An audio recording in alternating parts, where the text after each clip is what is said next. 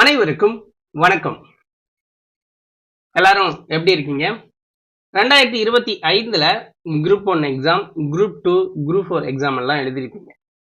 இந்த எக்ஸாம்ல கிளியர் பண்ணவங்க அடுத்த கனவுகளை நோக்கி நகர்ந்திருப்பீங்க.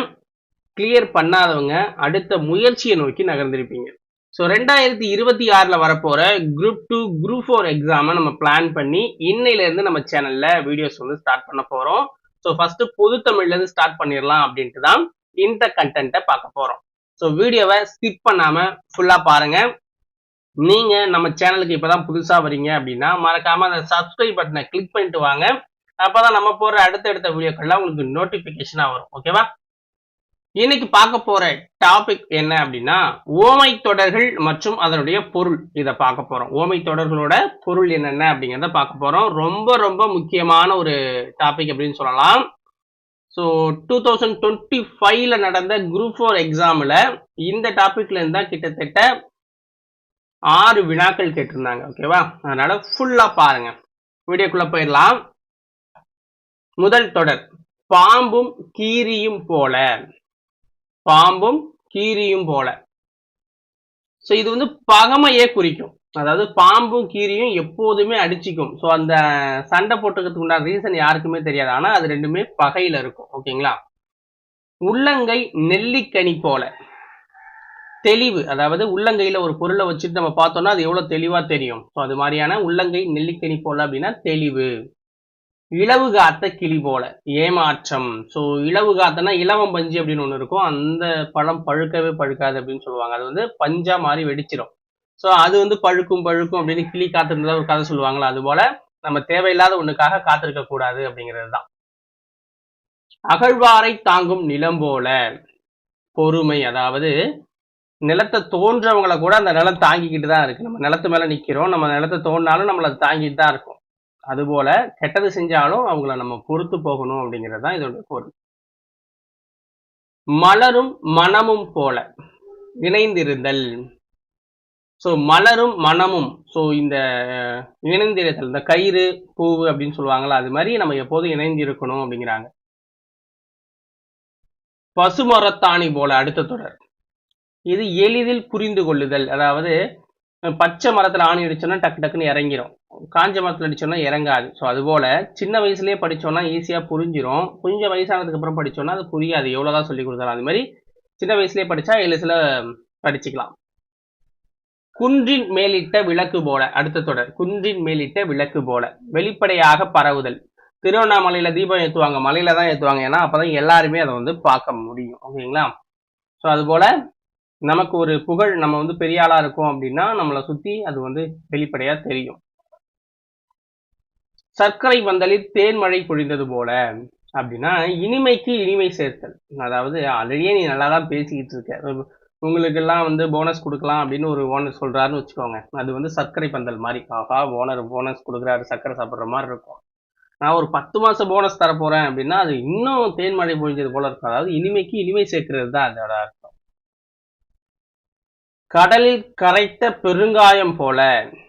கடலில் கரைத்த பெருங்காயம் போல, வீணாதல் பயனற்று போதல் அப்படிம்பாங்க.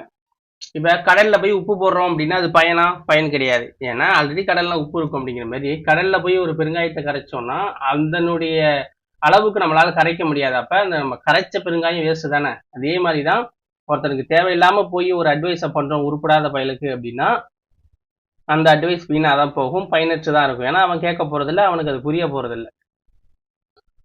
பூவுடன் சேர்ந்த நாரும் மணப்பது போல.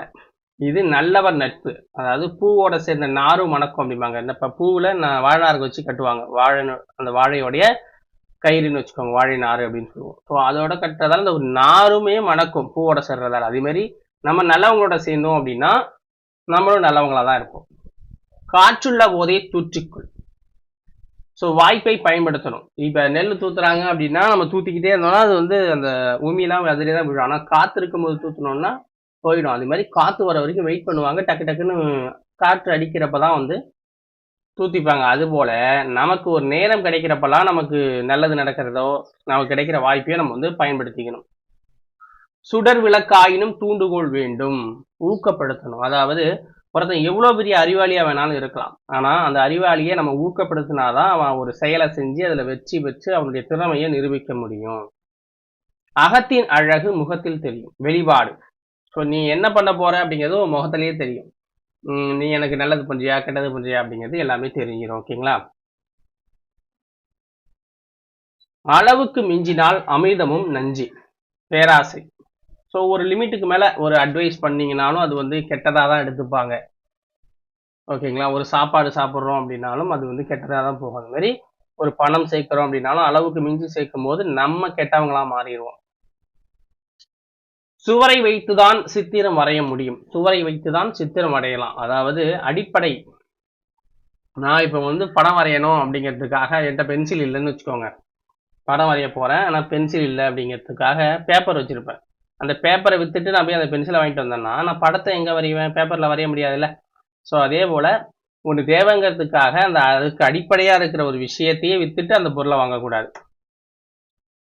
இப்ப மீன் பிடிக்க போகணும், வலை இல்லை அப்படிங்கிறதுக்காக நான் வந்து வச்சிருக்க போட்டை வித்துட்டு போய் வலை வாங்கிட்டு வந்தேன்னா நான் கடலுக்குள்ள எப்படி போவேன் போட் இல்லாம? ஸோ அந்த அடிப்படையான பொருளை வச்சிருக்கணும் அப்படிங்கிறது. பகல் வெல்லும் கூகையை காக்கை அப்படிங்கிறாங்க. அதாவது தக்க தருணத்தை எதிர்பார்த்து காத்திருக்கணும். இப்ப இந்த பகல் வெல்லும் கூகை அப்படின்னா அந்த ஆந்தை இருக்குல்ல. ஸோ ஆந்தைய காகம் பகல்ல அடிக்கும், காக்கைய ஆந்தை இரவுல அடிக்கும். அதுக்கு ரெண்டும் பகையில இருக்குன்னு வச்சுக்கோங்க. அப்புறம் என்னன்னா இப்ப ஆந்தை வந்து காகத்தை நைட்ல துரத்தி அடிக்கும். அதனாலதான் அது கருப்பு கலர்லயே மாறிடுச்சு. ஸோ பொதுவான கலர்ல மாறி இருக்கு. அதாவது கருப்புல மாறினா அடிக்க முடியாதுங்கிறதுக்காக கருப்புல மாறி இருக்குன்னு சொல்லுவாங்க. இப்ப அந்த காகம் என்ன பண்ணும்னா திருப்பி நைட்ல அடிக்காம பகல் வரைக்கும் வெயிட் பண்ணி விடிச்சதுக்கு அப்புறம் ஆந்தைய துரத்தி அடிக்கும். தக்க தருணத்துக்காக காத்திருந்து அடிக்கும். அணிலிடப்பட்ட புழுவை போல, அதாவது நெருப்புல போட்ட புழு எப்படி துடிக்கும் அது போல ஒரு துன்பம் வந்துச்சுன்னா நம்ம துடிப்போம்னு சொல்றாங்க. இரும்பை கண்ட காந்தம் போல கவர்ச்சி. ஸோ யாரோ ஒருத்தங்களை பார்த்தா நம்ம இன்ஃபெக்ஷன் ஆகுறோம். ஒரு சினிமா நடிகரை பார்த்தா ஆகுறோம், நடிகையை பார்த்தா ஆகுறோம். ஸோ ஒரு விதமான கவர்ச்சி ஈர்க்கப்படுது. வேலியை பயிரை மீண்டார் போல நம்பிக்கை துரோகம். ஸோ இது என்னன்னா நம்ம வந்து இதை பார்த்துக்க அப்படின்னு ஒருத்தர் சொல்லிட்டு போறோம்னா அவனே அதை தூக்கிட்டு ஓடுறது தான் அது நம்பிக்கை துரோகம். வேலியை பயிரை மீண்டார் போல இதை பார்த்துக்கன்னு சொல்றதோ இல்லை இவன் என்னை பார்த்துப்பான்னு சொல்றப்ப அவனே முதுகுல குத்துறதோ தான் நம்பிக்கை துரோகம். முதலை கண்ணீர் பொய் அழுகை. ஸோ எதுக்கு எடுத்தாலும் டக்கு டக்குன்னு கண்ணீர் விட்டுட்டே இருப்பாங்க. ஸோ அதெல்லாம் பொய் அழுகை. ஸோ நம்ம நினைச்ச காரியத்தை நடத்திக்கணும் அப்படிங்கிறதுக்காக பண்றது. ஏட்டுச் சுரக்காய் கறிக்கு உதவாது. ஸோ பட்டறிவு இல்லாத படிப்பறிவு அப்படிம்பாங்க. அதாவது அனுபவம் இல்லாத ஒரு படிப்பறிவு எதற்குமே பயன்படாது அப்படின்னு சொல்லுவாங்க. எடுப்பார் கைப்பிள்ளை. தன் சிந்தனையின்றி சொல்பவர் பேச்சை கேட்டு நடக்கிறதுக்கு தான் எடுப்பார் கைப்பிள்ளை. அதாவது தான் எதையுமே யோசிக்க மாட்டான். ஸோ அடுத்தவங்க சொல்றதுதான் சரி, அவங்க நம்ம நல்லதுக்கு தான் சொல்றாங்க அப்படிங்கிற மாதிரி நினைச்சுக்கிட்டு பண்ணுவான். அவனுக்கு கெட்டது நடக்கிற வரைக்கும். மழை காணா பயிர் போல வாடி இருக்குது. மழை காணா பயிர் போல வாடி இருத்தல். ஸோ நமக்கு சாப்பாடு இல்லைன்னா நம்ம வாடி இருப்போம்.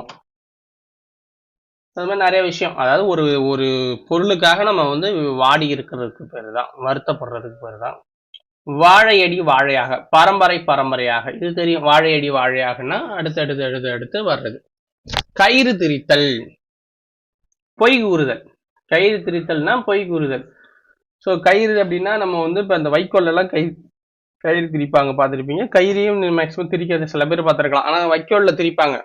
ஸோ அது பார்த்தீங்கன்னா எவ்வளோ தூரம் வேணாலும் போய்கிட்டே இருக்கலாம். அதே மாதிரி கயிறு பொய்யை வந்து ஒன்றுக்கு ஒன்று கோர்த்து போய்கிட்டே இருக்கும். அது மாதிரி தான். ஓகேங்களா? ஸோ இவ்வளோதான் இந்த வீடியோ. ஸோ இதில் வந்து பார்த்தீங்கன்னா சும்மா கொஞ்சம் தான் கொடுத்துருக்கோம். ஸோ மீதம் இருக்கிறத பார்ட் 2 வீடியோவில் நம்ம வந்து கொடுக்குறேன். ஸோ இந்த வீடியோ பதிவு உங்களுக்கு பிடிச்சிருந்துச்சுன்னா ஒரு லைக்கை போட்டு சேனலை சப்ஸ்கிரைப் பண்ணிக்கோங்க. நாளைக்கு வேற ஒரு வீடியோவில் உங்களை வந்து சந்திக்கிறேன். நன்றி, வணக்கம்.